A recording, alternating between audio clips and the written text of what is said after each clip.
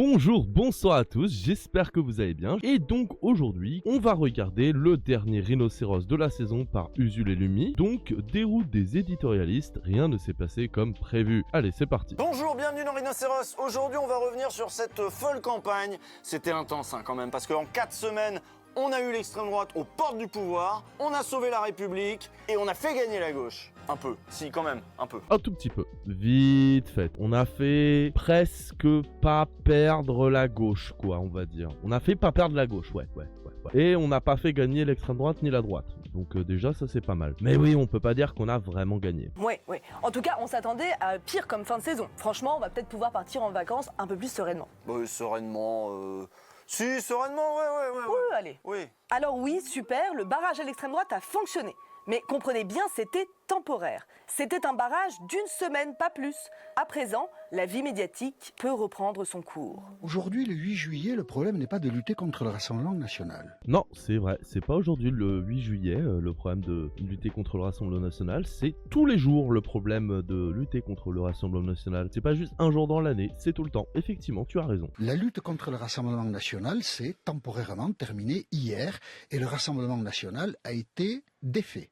Comment ça mon ref, temporairement terminé la lutte contre le RN? Genre ça y est, plus besoin. Et puis défait, c'est vite dit hein, parce que si tu regardes en 10 ans ce qui s'est passé en termes de nombre de sièges à l'Assemblée pour le RN, c'est pas mal hein. C'est pas mal du tout, donc non, c'est pas une défaite, c'est clairement pas une défaite pour eux, au contraire, ils sont dans l'une des meilleures situations possibles, parce que ils ont pas de majorité relative, donc comme nous actuellement on a à gauche la majorité relative, qui fait qu'on est un peu pieds et poings liés pour appliquer notre programme, mais ils sont pas non plus en mode majorité absolue, ce qu'ils auraient voulu, ça c'est sûr, mais au moins, même s'ils ont pas la majorité absolue, et ben ils peuvent toujours être dans l'optique de oui le RN, on n'a pas essayé, oui, on nous censure, on y était presque, vous voyez bien que c'est possible. Donc non, le Rassemblement national, faut pas non plus croire que ça y est, il est défait. Hein. On analyse, bof frérot. Le problème aujourd'hui, c'est de trouver un Premier ministre et un gouvernement pour la France.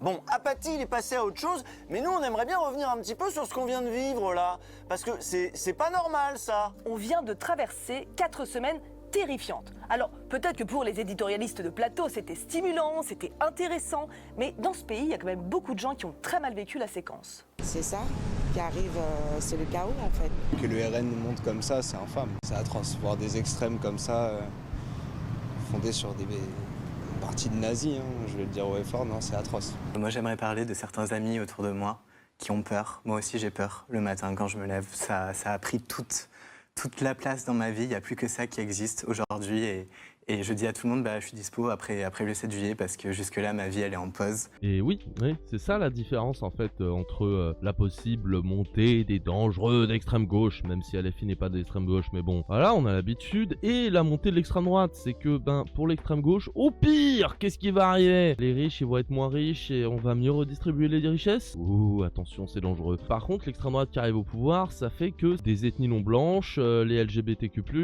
des gens qui pensent pas politiquement comme l'extrême droite qui sont en danger et pas en danger en mode oulala les 10 petits nananins et maintenant ça s'appelle ils étaient 10 dis donc oulala maintenant on a un Spider-Man noir et Peach elle est badass dans le film Mario, c'est très le wokisme. Non pas ce genre de danger, je parle de vrai danger, je parle de danger d'agression physique, d'agression verbale et même pour certains et certaines de danger de mort et ça faut pas l'oublier. Donc oui, on peut comprendre que l'extrême droite aux portes du pouvoir c'est pas la même limonade que LFI malgré ce que les éditorialistes, certains membres du gouvernement, partis politiques, etc. essaient de nous faire croire. C'est bien plus dangereux, même si t'es pas de gauche. Franchement, il n'y a pas de souci, sois pas de gauche si tu veux, mais c'est soit ignorer la réalité de ce qu'est le RN, ignorer son histoire, ignorer ses actes, ignorer ses militants, ignorer à quel point la montée du RN équivaut à une montée de la parole et des actes racistes, fascistes, homophobes, etc. C'est ignorer tout ça. Même si t'es de droite, tu as le droit d'être de droite, il n'y a aucun souci. Par contre, si t'es de droite et que tu me dis que LFI est plus dangereux que le RN, je suis désolé, c'est une faute politique grave. C'est irresponsable pour les citoyens et citoyennes qui sont pas blancs et riches. Dans l'idée, t'as vu? On était quand même un certain nombre à trouver que le RN au pouvoir, c'était pas juste une alternance.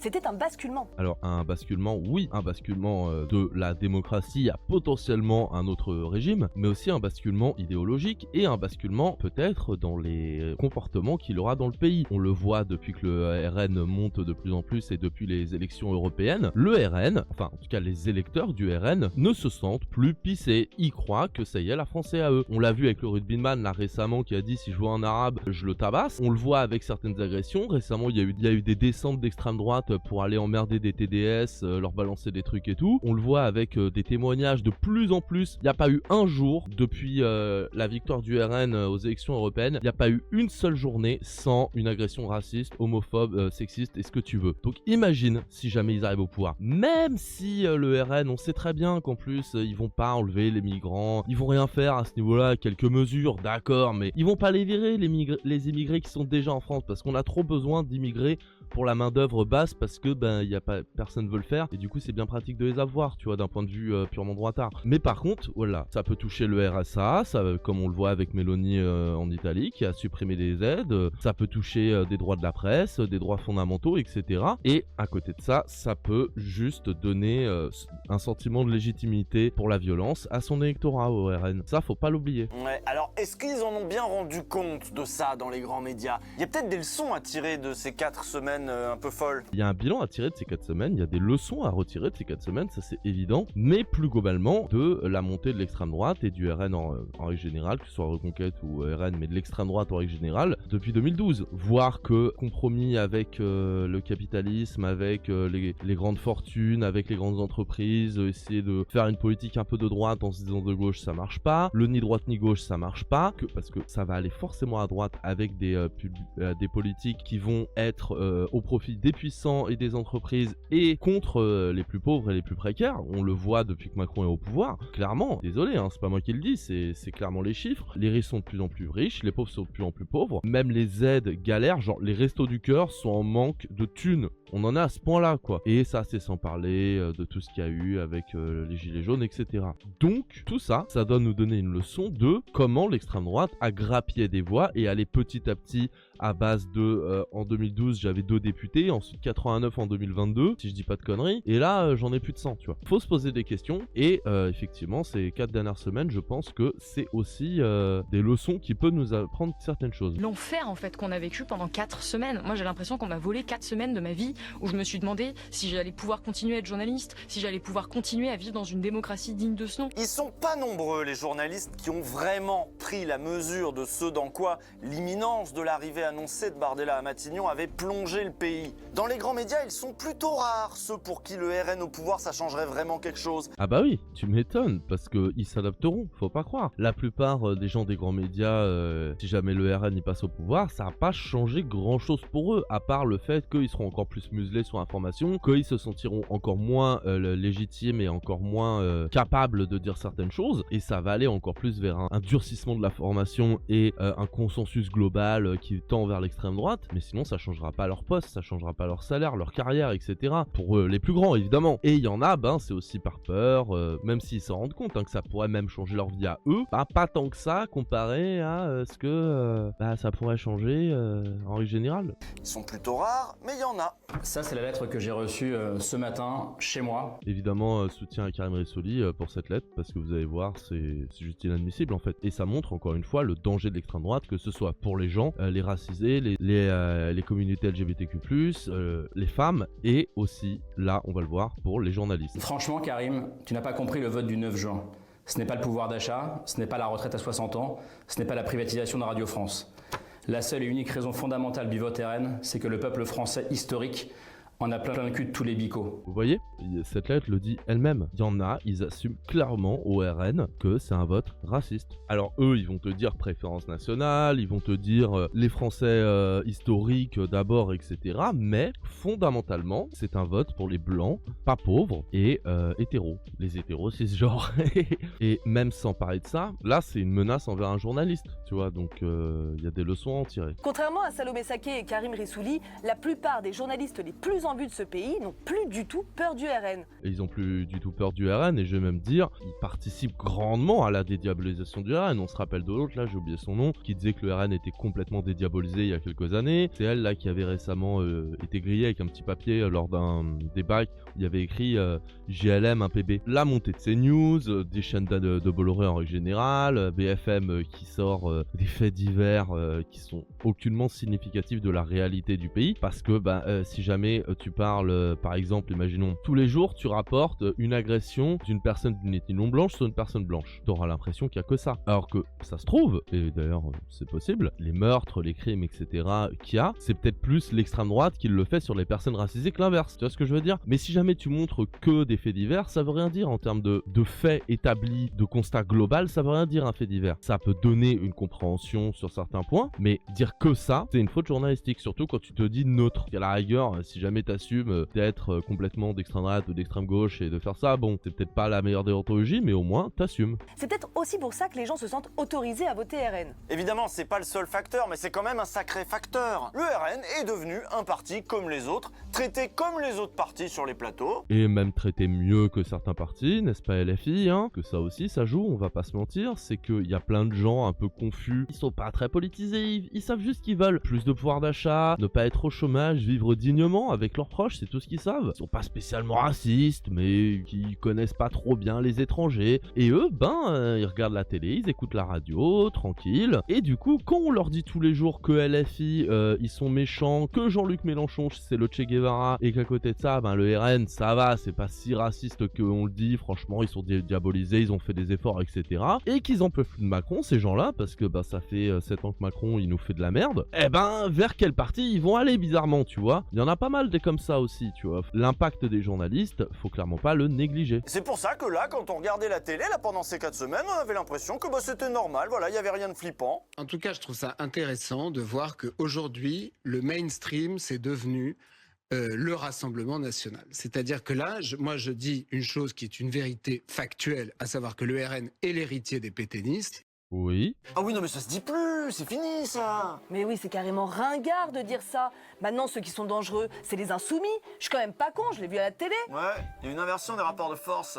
Et si on rappelle sur les plateaux que non, quand même, le RN c'est l'héritier du pétainisme, de l'OS et des ligues factieuses et antisémites qui ont tout fait pour couler la République, voilà comment on se fait traiter. Ce qui est factuel, c'est factuel que le RN, ce sont les héritiers de ces jours-là, des DA plus loin Z, des S plus loin S, ça a été créé par certains d'entre eux même, par des pétainistes, c'est factuel. Mais voilà ce qu'on va leur répondre quand on leur rappelle à ces gens. Non mais vous pouvez avoir une grille de lecture qui a 70 ans, c'est génial, c'est-à-dire que maintenant, dans les médias français, vous réalisez à quel point dans les médias français déphasé par rapport à 11 millions d'électeurs que vous traitez de fascistes. Mais je les traite pas de fascistes. Ils les traitent pas de fascistes, ils traitent le parti de fasciste, ça n'a rien à voir. Un parti peut être fasciste sans que ses électeurs le soient. Je suis sûr qu'il y a plein d'électeurs du RN qui sont de bonne volonté, comme j'ai déjà dit tout à l'heure. En mode, ils veulent plus de Macron et ils regardent que la télé. Et quand à la télé on leur dit qu'LFI c'est caca et que le RN c'est pas si mal, ils vont voter RN. Il y en a plein des comme ça. Alors oui, il y a aussi des racistes dans leur électorat. Soit du raciste soft qui ont été engrainés par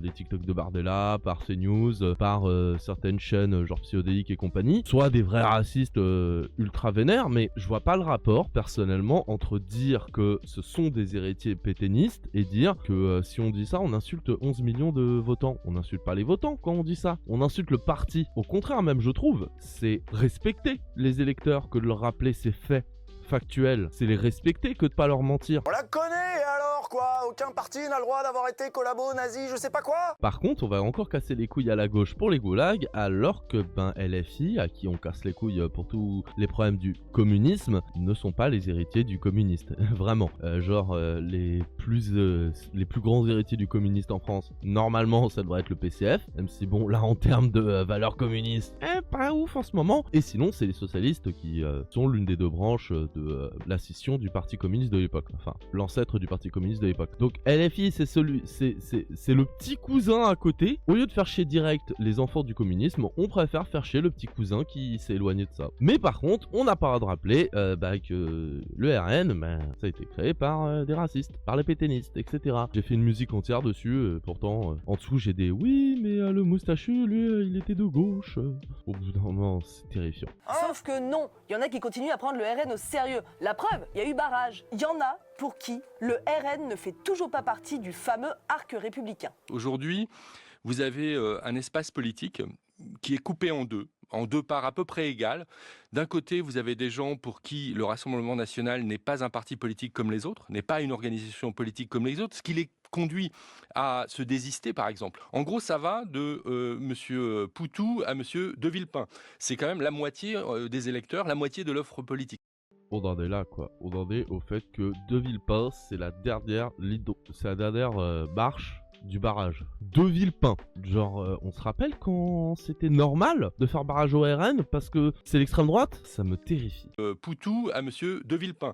C'est quand même la moitié des électeurs, la moitié de l'offre politique. Puis de l'autre côté, vous avez des gens pour qui, visiblement, le Rassemblement national est certes un parti avec lequel on n'est pas forcément d'accord, mais en tous les cas, qui est un parti comme les autres. Donc, dans le monde politique, ok, il y a Édouard Philippe qui va bouffer avec Le Pen, il y a Macron qui était prêt à céder le pouvoir à Bardella, ça existe des comme ça. Et oui, on se rappelle que le fameux front républicain que chantait Macron à l'époque de 2017 et 2022, ah bah bizarrement, un peu moins front républicain quand il s'agit de bouffer avec le RN, ou alors de dire à Bardella, tiens, les clés, t'es Premier ministre, let's go. Mais bizarrement, par contre, un premier ou une première ministre du NFP, là, ça semble inenvisageable, quoi. On en est là.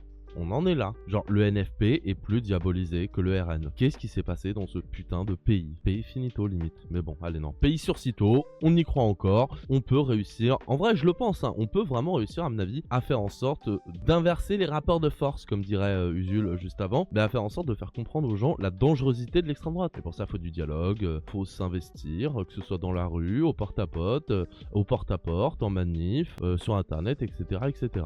Mais il y a quand même encore pas mal de monde qui croit au front républicain, qui croit au cordon sanitaire, y compris dans le camp du président. Ouais. Alors par contre, dans les médias, c'est plus compliqué là.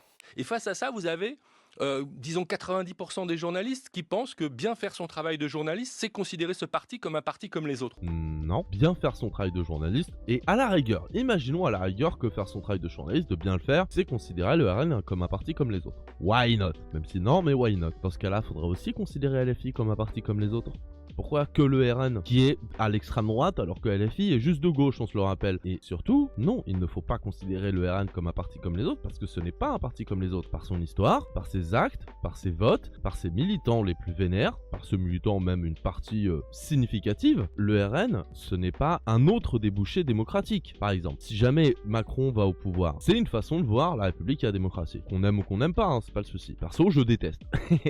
Mais voilà, le PS, c'est une autre façon de voir la République et la démocratie. LFI, c'est pareil. Par contre, le RN, non, c'est une possible et même probable sortie de la démocratie et de la République. Donc non, ce parti n'est pas un parti comme les autres. Voilà la situation dans laquelle nous nous trouvons aujourd'hui. Ce que Sylvain Bourmeau nous explique là, c'est qu'il commence à y avoir un véritable décalage entre ce qui se passe dans les médias et ce qui se passe dans la société. On vous le redit, il y avait des gens morts de trouille pendant 1 mois. Et on les voyait pas sur les plateaux, on les voyait pas dans les reportages. Il y a un problème là. Et c'était pas le cas avant. Alors je dis pas, il y avait des problèmes avant, mais on montrait quand même que le RN c'était pas un parti comme les autres, qu'il y avait un problème avec ce parti, qu'il y avait des risques. Après les gens ils votent pour le RN s'ils veulent, mais au moins on leur montrait, on brossait pas le RN dans le sens du poil quoi. Alors camarades journalistes, on va se poser 2 secondes et on va se demander honnêtement, est-ce que la profession, est-ce que ces pratiques n'ont pas eu une petite incidence là-dessus, sur la montée du RN quand même?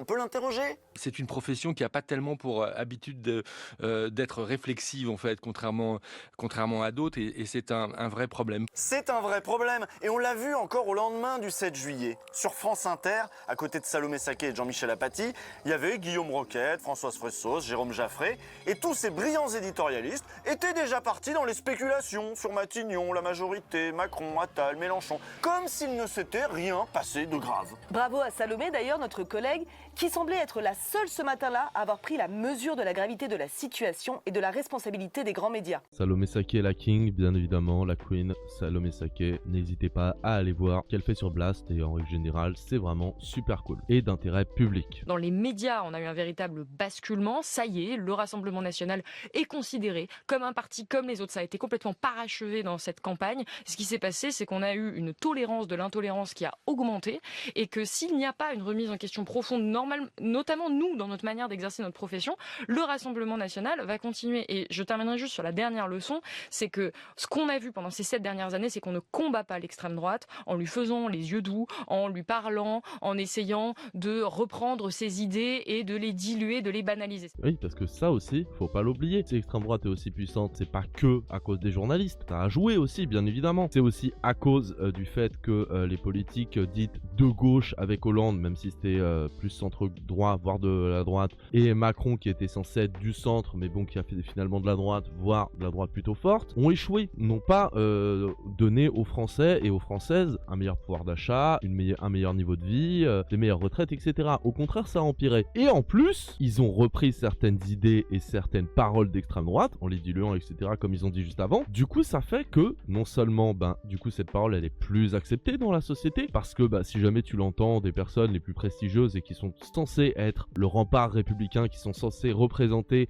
la démocratie et la République, c'est que ces paroles, elles sont pas si graves. Donc quand tu l'entends de la part du RN, tu te dis, ouais, ok, d'accord, je comprends, vas-y, pas de soucis, ça choque moins. Et en plus, point très important, les gens, ils vont toujours aller sur l'original et pas la copie. Enfin, pas toujours, mais en tout cas, ça veut dire que, dans la globalité du temps, si jamais tu fais une politique un peu raciste, un peu machin, si les gens, ils sont intéressés par ça, ils vont pas aller sur toi, ils vont aller sur ceux qui le sont vraiment. Pourquoi prendre du cola quand tu peux prendre du coca? Et ça, il y a énormément de politiques qui en sont coupables, que ce soit le PS avec Valls, la déchéance de nationalité, etc. Sarkozy avant lui et Macron après lui. Et ça, faut pas l'oublier. Et faut qu'ils rendent des comptes. Oui, parce que c'est souvent comme ça que ça s'est passé d'ailleurs. Plus il y avait d'électeurs RN, plus les grands médias se sont dit que ces électeurs étaient aussi des téléspectateurs, qu'il fallait pas les brusquer, qu'il fallait se préoccuper d'eux, qu'il fallait leur tendre le micro. Alors que c'est l'inverse, plus il y a d'électeurs RN, plus faut se dire que dans ce cas-là, le journaliste a un devoir d'information du grand public. Que plus il y a d'électeurs RN, ça veut dire que plus les gens doivent être informés sur le côté factuel des choses. Après, on a tous nos biais, bien évidemment. Et évidemment que Blast et CNews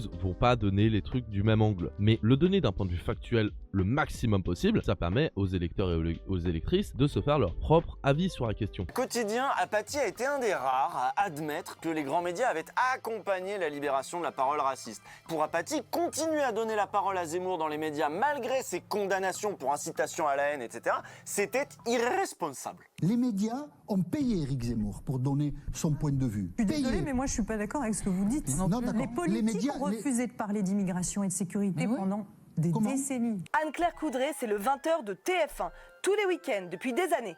Et là, elle nous fait du Le Pen dans le texte. Du Le Pen des années 80. Depuis des décennies, les politiques, ils veulent pas parler d'insécurité, d'immigration, c'est pas leur genre, non?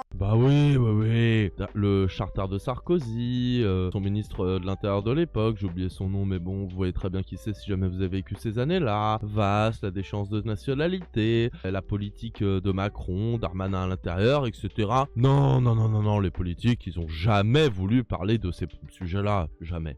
Évidemment. Pasqua, il en parlait pas, Pasqua. Chirac, il en parlait pas. Sarkozy, il en parlait pas. Valls, il en parlait pas. Darmanin, il parle pas que de ça. Depuis que je suis petit, j'entends que ça, immigration, insécurité, et j'ai 38 ans. Oui, depuis que je suis petit aussi, j'entends parler que de ça. On se rappelle pas que si justement Jospin, il a perdu les élections de 2002, c'est en partie parce qu'il s'était calé sur le discours sécurité et immigration de l'époque. Le bruit et l'odeur de Chirac, tout ça, ça vous rappelle rien? Bien évidemment qu'on en parlait tout le temps. Bien évidemment que ça en parlait déjà à l'époque et c'était déjà un moyen de à la fois faire peur au public pour que les gens votent pour la droite et du coup la gauche, la gauche SOSDEM l'a repris à son compte pour qu'on vote aussi pour eux sur cet angle-là, mais aussi pour faire peur, pour expliquer pourquoi il y a des problèmes. Des années et des années ça existe, et même bien avant la naissance du ZUL, je suis sûr. Je zozote aujourd'hui, c'est insupportable. Tu veux qu'on en parle encore plus, Anne-Claire Coudray? Mais va bosser chez CNews en fait.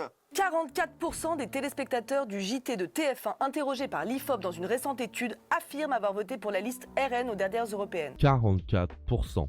Mais sinon, non mais le RN, il est censuré, il est stigmatisé, bouhouhou, fragile à ce point. Mais sois électeur de gauche, je te jure, c'est un challenge on ne peut plus dur. On a trouvé ça dans l'UMA, mais l'étude avait été commandée par Marianne, 44%. Est-ce qu'ils ont voté RN parce qu'ils regardent le JT de TF1 ou est-ce qu'ils regardent le JT de TF1 parce qu'ils sont déjà un peu de droite? Bon, c'est toujours compliqué de savoir, mais on imagine qu'Anne-Claire Coudray connaît son public et que ça explique en partie son positionnement ce soir-là face à apathie. D'ailleurs, restons dans le groupe Bouygues. Comment le RN est-il traité sur LCI? Chez Pujadas. Eh ben Pujadas, il est allé chez Quotidien pour expliquer que le RN, pour lui, c'était pas un parti d'extrême droite. Et il le sait parce qu'il a fait des études. Il a un énorme cerveau sous tous ses cheveux, là, vous allez voir. Énorme cerveau, Pujadas, attention. Oh là là, Pujadas. On parle bien du même Pujadas qui, quand il a appris que les 2 tours venaient d'exploser, on parle bien du même Pujadas qui a fait « Oh, génial !» pour l'audimat. On parle bien de ce Pujadas, hein. Ah, okay. Étudiant les extrêmes droites en Europe, j'ai vu ce que proposait Geert Wilders aux Pays-Bas, j'ai vu ce que proposait l'AfD en Allemagne, et j'ai vu le fossé quand même qui séparait ces partis du Rassemblement national, par exemple. Comment on les appelle alors, Geert Wilders ou l'AfD, si on appelle le Rassemblement national extrême droite? Chez nous, c'est l'extrême droite.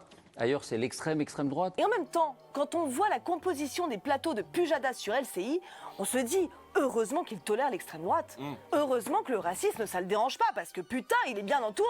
Déjà, les chroniques de Caroline Fourest, la chef des islamophobes, on vous rappelle que c'est chez lui, c'est chez Pujadas. Mais attention, il y en a d'autres des obsédés de la Baïa et des frères musulmans. En fait, il y a quasiment que ça dans 24 heures Pujadas. Il faut surtout pas sous-estimer le fait que Pujadas a fait le journal de France 2. Ça lui donne une vraie légitimité objective. Tu vois, il est pas du tout objectif, bien évidemment, personne ne l'est, mais ça lui donne une légitimité de neutralité, j'ai fait France 2, en plus service public et tout. Tu vois, ça lui donne cette légitimité-là qu'il n'a fondamentalement pas, vu que, c'est pas parce que t'as fait le JT que t'as pas tes biais, tu vois, on l'a vu avec l'autre qui fait le JT de TF1. Mais pour le grand public, ça lui donne cette aura d'expert, ou en tout cas de neutralité, qui s'y connaît. Et ça, faut vraiment pas le sous-estimer. Écoutez par exemple Amnous Chalmani réagir au lendemain du résultat des législatives. Ça va quand même assez loin. Par contre, la petite musique qui commence à s'entendre, et j'ai entendu ça tout à l'heure, c'est que peut-être que la gauche, enfin une partie de la gauche, on va dire la gauche LFI avec quelques alliés chez les écolos et chez les socialistes,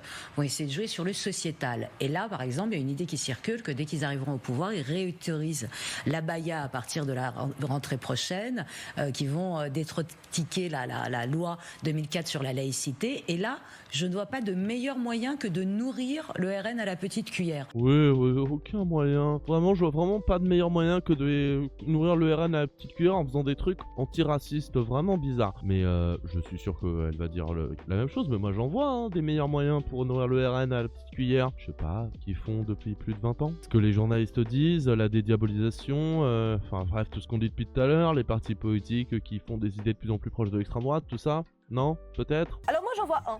Faire des plateaux comme ça, tous les jours, remplis d'islamophobes, parler des musulmans pour tout et pour rien, avec des fake news en plus. Oui, moi j'ai entendu dire que Jean-Luc Mélenchon, s'il est à Matignon, il va faire construire un minaret de Matignon. Et puis après, il va faire appliquer la charia dans les ministères. Mais on peut venir, on peut raconter n'importe quoi. C'est boulevard Voltaire, en fait, les plateaux de Pujadas. Ah, c'est de PMU, ma gueule, hein. C'est de PMU. Moi, j'ai entendu dire que Mélenchon, vous savez quoi, si jamais il est à Matignon, tout le monde gagnera 10 milliards de dollars. Voilà. Ou d'euros, comme tu veux. Ils disent des conneries, je peux en dire aussi après tout, hein. Et tout ça, tout ce qui se dit sur son plateau, ça se présente comme de l'analyse. Mais le plus souvent, c'est complètement militant. Toujours chez Pujadas, on va écouter Ruth El Krief. Oh non, putain. Si. Non, mais on connaît, elle va dire oui, Mélenchon, c'est un danger pour la gauche. Non. Tu vas voir. Là, elle donne des conseils à la gauche. Wow. Elle leur dit qu'il faut être beaucoup plus ferme sur les questions d'immigration, d'islam, d'insécurité. Ah ouais. Ah bah c'est original, c'est bien ça. Oui, et puis ça a tellement bien marché pour la gauche d'être ferme sur les questions d'islam, d'immigration, de sécurité. C'est vrai que ça l'a pas du tout fait plonger la gauche de Valls, hein. Vraiment, Valls, il est toujours au top depuis qu'il a fait ça. On se rappelle, hein. Et on se rappelle que c'est qui a fait échouer en partie la campagne de Jospin en 2002 ? C'est qui lui a dit d'aller sur la sécurité, l'immigration et tout, et qui a fait qu'il a pas arrivé au deuxième tour ? Ah oui, Valls. Donc super, vraiment cette façon de voir la politique. J'adore, hein, vraiment le printemps républicain, tout ça, on est fan. Il faut que la gauche fasse sa mue, comme un genre de serpent raciste, de papillon nazi. La mue, d'accord. La gauche danoise ou les travaillistes britanniques, il y a quelques jours, l'ont fait cette mue. Et ils ont gagné comme ça. Alors, la gauche française ne la fait pas. Le centre n'est pas assez clair là-dessus. Après, on peut donner le contre-exemple de l'Espagne, qui n'a pas fait cette fameuse mue raciste et qui pourtant est au pouvoir. Et l'Espagne ne s'est jamais aussi bien sortie depuis très très longtemps. Peut-être aussi, tu vois, moi aussi je peux donner d'autres exemples.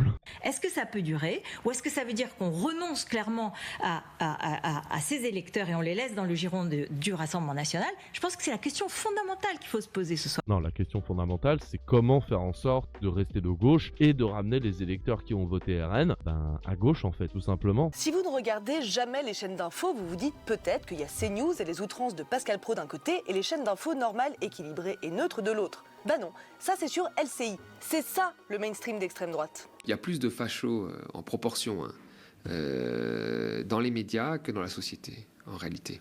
Et ils ont joué un gros rôle là, les médias, ces 3 dernières semaines. Et même le vote le prouve quand vous additionnez même des gens de droite, mais qui voient bien qu'il y a un barrage à faire et de la Macronie.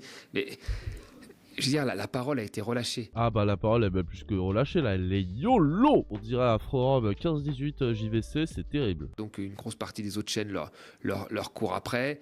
Et donc voilà, moi quand on regardait la télé, c'était sûr que le RN allait gagner. Bardella est quand même celui qui a fait le plus de médias. L'incroyable dégringolade du Rassemblement national à 20h. On a passé quand même 3 semaines à parler du Rassemblement national. Il a l'air déçu le pauvre, t'as vu? Non mais vous entendez? On a quand même parlé 3 semaines à parler d'eux. On est objectif, attention, on est totalement objectif. Mais on a passé 3 semaines à parler d'eux quand même. Et là ils perdent. Oh là là, c'est quand même bizarre. Après tout le battage médiatique qu'on a fait quand même. Si vous nous suivez ici, vous savez que très vite on a compris que la majorité absolue était hors de portée. Mais enfin on a tout de même évoqué longuement la possibilité de les voir s'installer à Matignon et gouverner.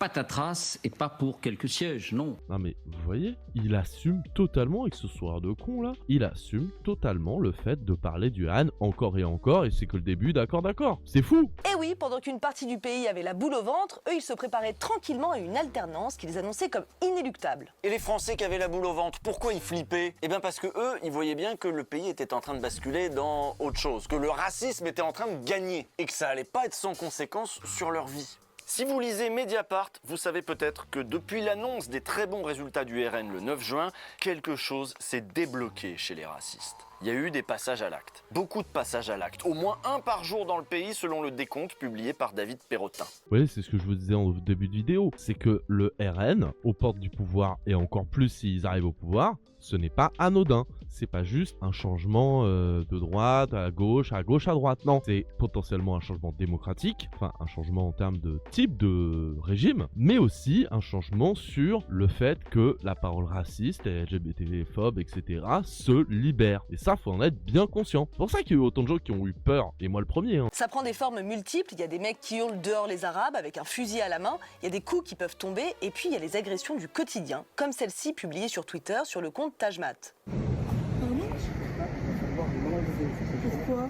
Parce que c'est anti-France, l'islam est incompatible. Mais pourtant je suis français, je suis né en France, mes parents sont nés en France, mes grands-parents, mes arrière. L'invasion migratoire et l'invasion de l'islam... Mais est-ce que je vous excusez-moi monsieur, oui.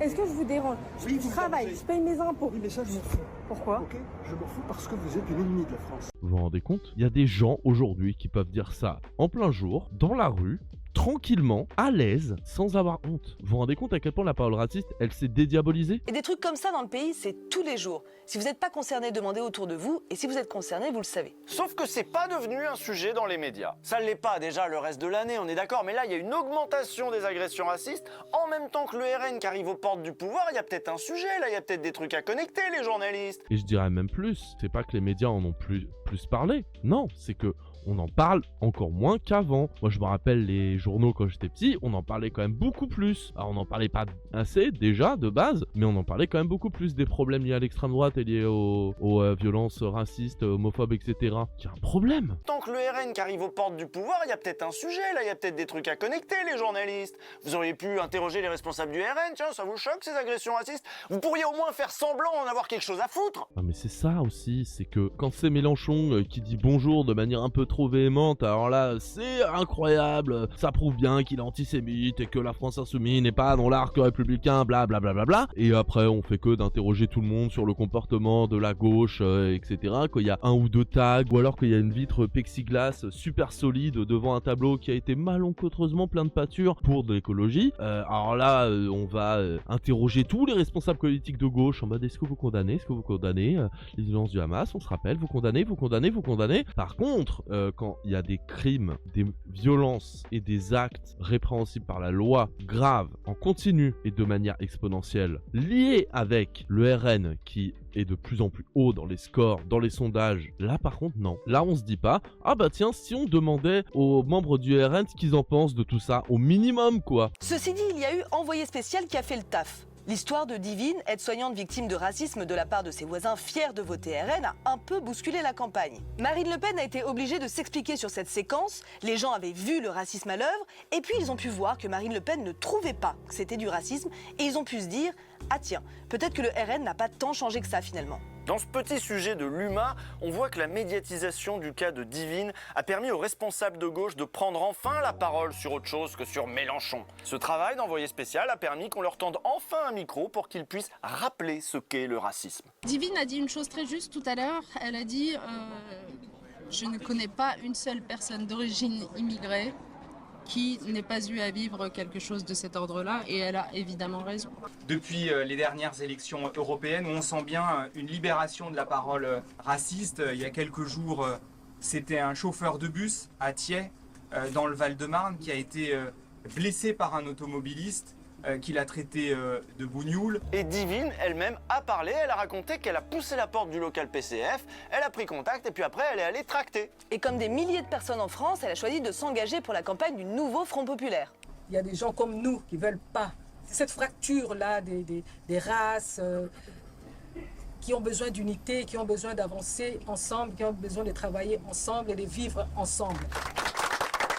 Ah mais vous vous rendez compte, quelle dangereuse islamiste étrangère qui veut qu'on vive tous ensemble en paix et en harmonie. Mais que fait la police? Non mais vous vous rendez compte à quel point on est devenu un pays tellement, avec des médias et certains politiques tellement corrompus par leurs idées racistes ou par peur de brusquer l'électorat raciste, que ça là, ce qu'on vient de voir là, ça paraît plus dangereux pour certains et certaines que le mec qu'on a vu tout à l'heure qui disait à la meuf avec son téléphone, ouais dégage, même si t'es français, j'en ai rien à foutre, fais ton tas à France, etc. Vous êtes les ennemis de la France. Ça, pour eux, c'est plus dangereux que le mec de tout à l'heure. Et c'est nous les fous, et c'est nous les extrémistes, c'est nous les mecs et les meufs dangereux. Voilà ce qui s'est passé. Loin des plateaux télé. Voilà pourquoi Bardella n'est pas Premier ministre. Beaucoup de Français savent encore reconnaître un parti fondamentalement raciste quand ils en voient un. Et mine de rien, on pouvait le voir quand même que c'était encore un parti raciste. Oui, il y avait des petits indices quand même. Légèrement, je pense qu'il va parler de les gens qui étaient en liste pour être députés. On a ressorti tellement de trucs en mode la meuf avec son déguisement de SS, la meuf qui avait fait une prise d'otage armée dans les années 90, les comptes Twitter et Facebook avec des trucs ouvertement racistes, antisémites, homophobes, etc., etc. Et à l'appel, hein, c'est pas genre un ou deux, tu vois, une ou deux brebis galeuses comme dirait Bardella. Non, c'est vraiment, il y en a eu plein, plus de 100, 128 je crois d'ailleurs. C'est un délire. À gauche, on n'a pas trouvé grand chose, peut-être un ou deux, mais bon, comme partout j'ai envie de dire malheureusement. Pas forcément sur les plateaux télé ou sur les chaînes d'infos, mais sur France 3 Régions. L'argent, on va en trouver, hein. Ah ben où? Mais il y a plein de moyens de réduire justement, par exemple, en baissant l'immigration. Oui, félicitations, vous avez utilisé l'argument basique du RN. Le chômage, eh ben c'est la faute de l'immigration. Les problèmes de santé, faute de l'immigration. Mon café est pas assez chaud, c'est la faute de l'immigration. Oui, vous avez trouvé, félicitations madame, vous gagnez votre beau trophée, être raciste. Wouh! On espère que vous allez très vite le perdre et que vous vous rendrez compte que cette politique n'amène que de la haine, de la souffrance et qu'elle n'aidera en rien les pauvres gens. On va réduire totalement. C'est-à-dire par exemple, ça ne sera plus permis de rentrer sur le territoire.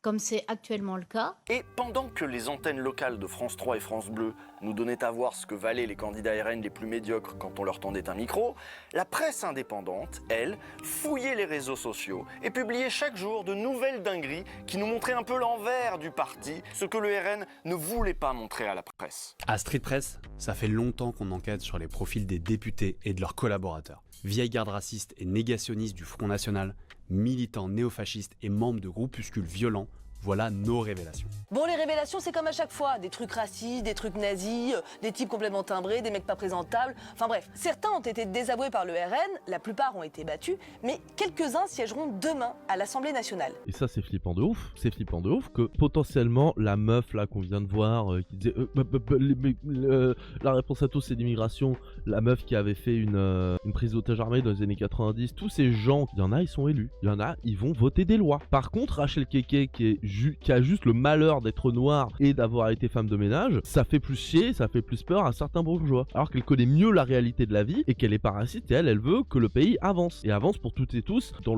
la meilleure équité possible. Mais voilà, c'est ce qu'on vous dit toujours dans Rhinocéros, contre l'extrême droite, faut faire de l'enquête. Si tu leur demandes, ils te diront toujours qu'ils sont pas d'extrême droite, mais si tu remontes un peu le fil Facebook de certains de leurs candidats, tu trouveras toujours de quoi prouver que bah si, là vous avez eux, désolé, vous êtes d'extrême droite. Et ça s'appelle faire du journalisme.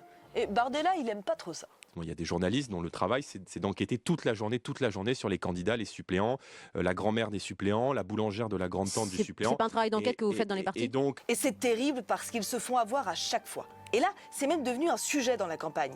Surtout la dernière semaine, on a appelé ça les brebis galeuses. Et il y en avait près d'une centaine. Un article de la revue des médias de l'INA est revenu sur ces enquêtes qui ont sans doute pesé sur le résultat final. On vous le cite. C'est extrêmement rare une vague de soutien aussi énorme, assure Mathieu Mollard, rédacteur en chef de Street Press, qui se félicite aussi du pic de dons reçus depuis quelques jours. Il a mesuré l'impact de ces contenus. Il y a un problème là. Ils ont foiré là. Bravo. Rien ne s'est passé comme prévu pour le montage non plus. Je pense qu'en vrai ils avaient pas le temps de revoir leur V1, V2 et que malheureusement ça arrive en vrai, ça arrive. On est à plus de 6 millions de comptes touchés sur Instagram depuis la dissolution. Même tsunami de merci et même surprise pour Pierre Plotu, spécialiste de l'extrême droite à Libération, qui nous rappelle une évidence. Tu crois que ça arrive souvent qu'on te dise merci quand tu bosses sur l'extrême droite? Et là, oui, je crois qu'on peut dire merci à Libé, à Street Press, à Mediapart, à Envoyé Spécial. Bon, même nous, il y en a qui sont venus nous dire merci pour Rhinocéros ou pour Blast en général. Nous et les autres, on est là parce que vous nous regardez, parce que vous nous partagez, parce que vous nous financez. C'est vous qui avez permis qu'on puisse peser un petit peu dans cette campagne cruciale. Et ça a jamais été aussi vrai.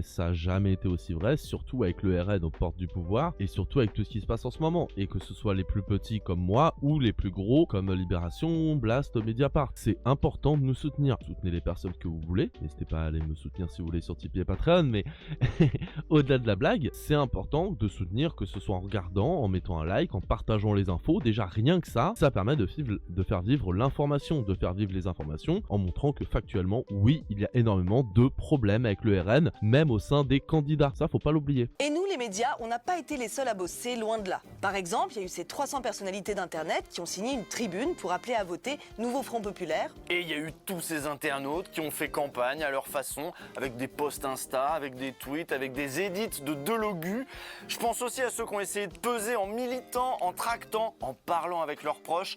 Il y a eu un véritable Front Populaire collectif. Et ça, on peut en être fier, on peut vraiment en être fier, hein. Que ce soit les vidéastes comme moi qui ont, comme Usul, hein, comme les autres évidemment, comme Mister MV qui ont fait des vidéos, moi j'ai fait des musiques, il y en a, ils ont fait des lives, etc. Que ce soit les gens qui ont signé la tribune, mais que ce soit les internautes qui ont fait des edits, que ce soit les posts Twitter, les gens qui ont partagé, que ce soit les gens qui ont tracté, manifesté, etc.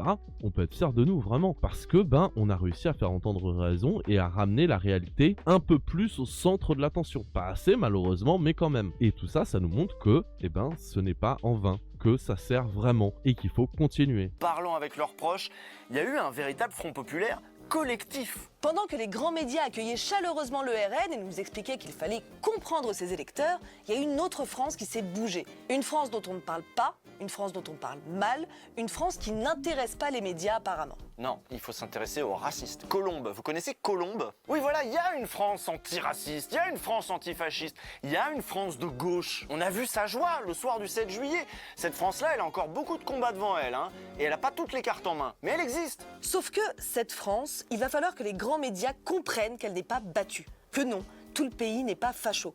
Tout le pays n'est pas encore convaincu que le RN est un parti comme les autres. Je ne pensais pas que les Français considéraient que le Nouveau Front Populaire est un danger moins grand que le Rassemblement National. Non mais oui mec, évidemment qu'il y a plus de gens qui pensent que la gauche c'est moins dangereux que l'extrême droite. Et heureusement, on marche sur la tête de se dire que maintenant c'est plus normal de trouver que le NFP est plus dangereux que le RN. Et ils croyaient vraiment que toute la France avait gobé ça, que les gens ils se sont pas renseignés, que les gens ils ont pas lutté, que vous croyez vraiment qu'à gauche on allait rester là à se laisser marcher dessus, à attendre que le RN arrive tranquillement au pouvoir, à s'en prendre aux ethnies non blanches, s'en prendre aux LGBT, à s'en prendre aux femmes, à s'en prendre à nos services sociaux, à tout ça, à tout ce qui fait notre France dans sa diversité et dans sa beauté? Vous croyez vraiment qu'on allait laisser faire? Évidemment qu'on va se battre, mais on va pas se battre comme vous, à dire de la merde et à tout simplement faire de la violence physique. Non, le gros de notre action, ça va être de remettre la vérité, les faits au centre du débat. Ça va être de manifester, ça va être de faire des actions militantes. Non, la France, elle a pas encore basculé dans le fascisme et on va tout faire pour que ça arrive pas. Moi, c'est clairement un parti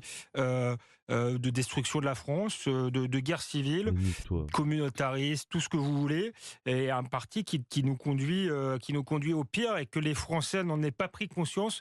Moi, je dois dire que ça m'interpelle. Je pense que ça traduit un véritable affaissement intellectuel et moral. Et ben moi, je suis fier de vous, voilà, de tout le monde. Bravo la team. On n'a pas fait le plus dur, loin de là, mais bien ouais. Donc oui, il y aura une saison 2 de Rhinocéros. Let's go, saison 2 de Rhinocéros, ça fait plaisir, putain. En plus, je kiffe Rhinocéros en vrai de ouf. Genre, j'aimais beaucoup ouvrir les guillemets et j'étais grave déçu quand c'est parti. Mais finalement, Rhinocéros, je trouve ça même limite mieux. Parce que, ouvrez les guillemets, on peut en avoir des versions un peu différentes avec d'autres émissions, Twitch, etc. Tu vois. Alors que Rhinocéros, il y en a quand même moins des comme ça. Et c'est important. Les esprits, apparemment, ça vous fait du bien, donc on va continuer en septembre. Absolument, le but de l'émission, voilà, c'était vraiment de vous montrer que oui, il y avait peut-être quelque chose qui clochait dans notre paysage médiatique, que la fascisation était en cours. Bon bah là, je pense qu'au moins c'est clair pour tout le monde. Après ce qu'on vient de traverser, voilà, donc je pense que c'est logique en effet qu'on continue. Vous, continuez de soutenir Blast, et nous on se retrouve un dimanche sur 2, dès septembre. Ciao. Bah écoutez, moi j'ai envie de dire super cool, vraiment très très bonne vidéo, très bien pour finir la saison. C'est à la fois, ça fait un bilan du passé vis-à-vis des médias qui est le but de Rhinocéros, la satisfaction de la victoire du moment en rappelant que c'est pas une vraie victoire mais un sursis, avec le petit truc qui fait plaisir et surtout la motive pour continuer à la rentrée. Et va falloir qu'on continue. Alors pour celles et ceux qui continuent pendant les vacances c'est nickel, mais celles et ceux qui estiment que il y a besoin de souffler, que tout ça pendant les vacances, je comprends totalement. Mais par contre, à la rentrée, il va falloir qu'on soit au taquet toutes et tous. Voilà, ce best-of est maintenant terminé. J'espère qu'il vous aura plu. Si c'est le cas, eh ben n'hésitez pas à vous abonner à ma chaîne YouTube Tout va très bien, ma chaîne d'actualité politique. N'hésitez pas à mettre un like, vous abonner, la petite cloche, la partager si ça vous a plu, ça fait plaisir. Vous pouvez aussi vous abonner à Blazy, ma chaîne pop culture, Blazy Rediff TVTB, ma chaîne de rediff live jeux vidéo, Blazy Tout va très bien, mon Twitter. Et si vous avez quelques piécettes, n'hésitez pas à donner non pas un sorceleur, mais à me donner à moi sur mon Tipeee ou mon Patreon. Les liens sont en description. Merci beaucoup pour celles et ceux qui les font. Alors maintenant, à savoir si tous les journalistes sont de droite ou de gauche, ça je sais pas. Par contre, la France, faut qu'on leur montre qu'on est vraiment de gauche. Alors n'oubliez pas, on continue de lutter. Allez, salut!